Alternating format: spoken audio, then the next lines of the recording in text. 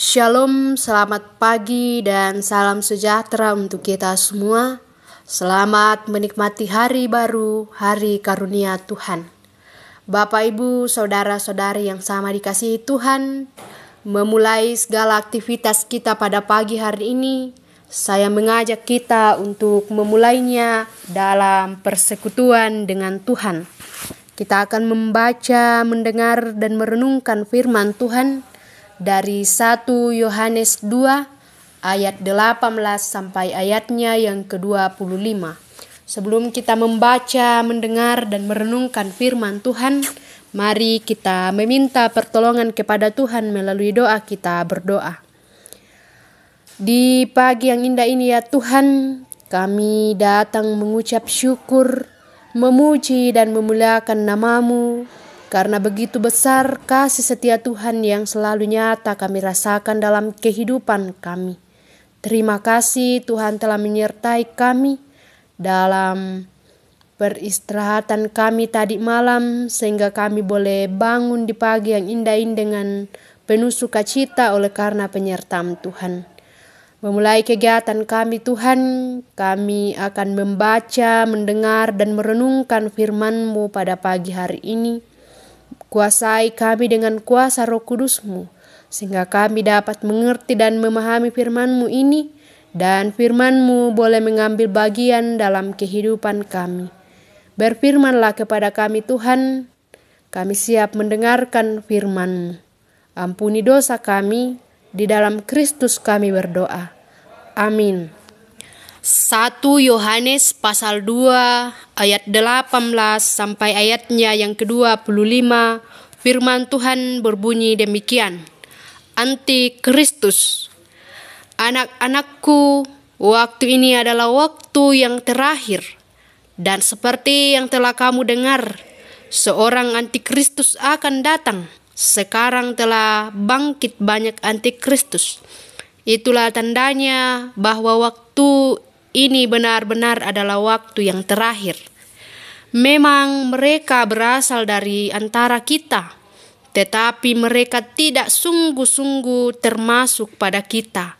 Sebab jika mereka sungguh-sungguh termasuk pada kita, niscaya mereka tetap bersama-sama dengan kita. Tetapi hal itu terjadi supaya menjadi nyata bahwa tidak semua mereka sungguh-sungguh termasuk pada kita. Tetapi kamu telah beroleh pengurapan dari Yang Kudus, dan dengan demikian kamu semua mengetahuinya. Aku menulis kepadamu bukan karena kamu tidak mengetahui kebenaran, tetapi justru karena kamu mengetahuinya, dan karena kamu juga mengetahui bahwa tidak ada dusta yang berasal dari kebenaran. Siapakah pendusta itu? Bukankah dia yang menyangkal bahwa Yesus adalah Kristus? Dia itu adalah antikristus, yaitu dia yang menyangkal baik bapa maupun anak.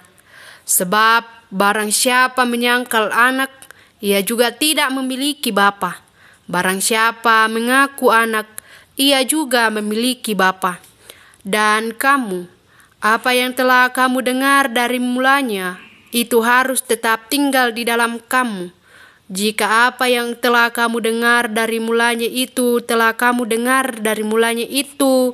tetap tinggal di dalam kamu, maka kamu akan tetap tinggal di dalam anak dan di dalam Bapa. Dan inilah janji yang telah dijanjikannya sendiri kepada kita, yaitu hidup yang kekal. Demikian firman Tuhan. Amin. Dari pembacaan kita pada pagi hari ini diberikan satu tema, yaitu berpaut pada kebenaran Tuhan.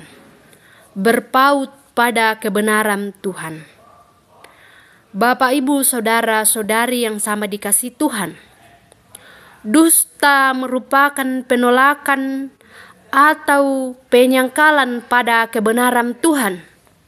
Karena itu dapat dikatakan bahwa dusta merupakan bentuk perlawanan kepada Allah yang adalah sang kebenaran atau sumber kebenaran. Kedatangan Yesus Kristus ke dalam dunia menandai dimulainya zaman akhir. Dalam masa tersebut, penyesatan semakin meningkat untuk menjebak orang-orang percaya kepada berbagai penyimpangan dari kebenaran Tuhan. Dalam situasi ini, iman orang percaya mendapat tantangan yang serius. Karena itu, firman Tuhan hari ini sangat penting untuk diperhatikan sebagai nasihat agar kehidupan kita sebagai orang percaya tetap berada di jalan kehidupan yang dikaruniakan Allah dalam Yesus Kristus. Yohanes menasihatkan orang percaya untuk mendasarkan seluruh kehidupannya kepada kebenaran Tuhan. Mendasarkan seluruh kehidupan kepada kebenaran Tuhan menjadi hal yang sangat penting, mengingat hal tersebut menyangkut kehidupan kekal dalam dan melalui Yesus Kristus di dalam ayat 25. Semuanya ini disampaikan mengingat adanya orang-orang yang hendak membelokkan ajaran keselamatan yang tidak sesuai dengan kebenaran firman Tuhan. Untuk itu kita harus selalu waspada. Kita harus selalu waspada agar kita tidak mudah tersesat oleh hal-hal duniawi, oleh ajaran-ajaran palsu yang tidak sesuai dengan firman Tuhan. Bapak, Ibu, saudara-saudari yang sama dikasihi Tuhan, semakin berkembangnya pengetahuan manusia, maka semakin banyak pula paham baru yang muncul. Ada yang tampaknya seolah-olah baik dan benar, namun pada dasarnya tidak dibangun di atas Alkitab sebagai sumber pengajaran gereja yang benar. Karena itu, sangatlah penting bagi orang-orang percaya, bagi kita semua, untuk terus bertekun dalam pembacaan firman Tuhan dan merenungkannya dalam tuntunan Roh Kudus. Hanya dengan bertekun pada firman Tuhan, maka hidup orang-orang percaya, hidup kita akan tetap terjaga dari berbagai upaya penyesatan si jahat.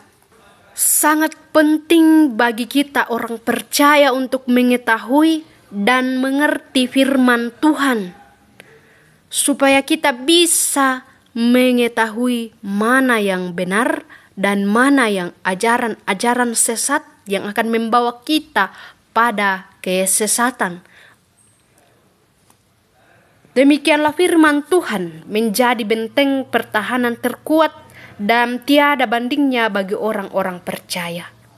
Firman Tuhan yang kita baca pada saat ini mengajarkan kita untuk mengerti firman agar kita tidak mudah disesatkan oleh ajaran-ajaran palsu atau ajaran-ajaran yang membawa kita pada kesesatan. Demikianlah firman Tuhan. Roh Kudus memampukan kita. Amin. Mari kita berdoa. Allah Bapa dalam kerajaan sorga, kembali kami tunduk di hadapan hadirat-Mu mengucap syukur. Terima kasih Tuhan, Tuhan menyertai kami dalam membaca, mendengar, dan merenungkan firman-Mu di pagi yang indah ini. Tuhan berkati kami, Tuhan tolong kami untuk melakukan firman-Mu ini dalam kehidupan kami.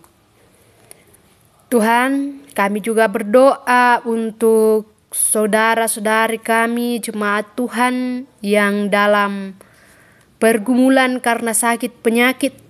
Tuhan yang memberkati mereka, berkati segala upaya dalam mendapatkan kesembuhan, berkati segala obat-obatan, makanan yang dikonsumsi, jamah bagian tubuh mereka yang sakit, dan kesembuhan menjadi bagian mereka. Mereka terus memuji dan memuliakan nama Tuhan. Ya Tuhan Allah Bapa dalam kerajaan sorga, kami juga berdoa untuk setiap pemerintah kami. Tuhan berkati, berikan hikmat kebijaksanaan kepada mereka, sehingga mereka tetap memimpin bangsa dan negara kami ini dengan baik. Nama Tuhan yang terus dipuji dan dipermuliakan. Tuhan Allah Bapa dalam kerajaan sorga, juga kami berdoa untuk orang tua kekasih kami dalam lanjut usia. Tuhan yang memberikan kekuatan, kesehatan, Tuhan memberikan iman pengharapan kepada mereka, sehingga mereka terus merasakan kasih Tuhan dan terus merasakan sukacita dalam kehidupan mereka.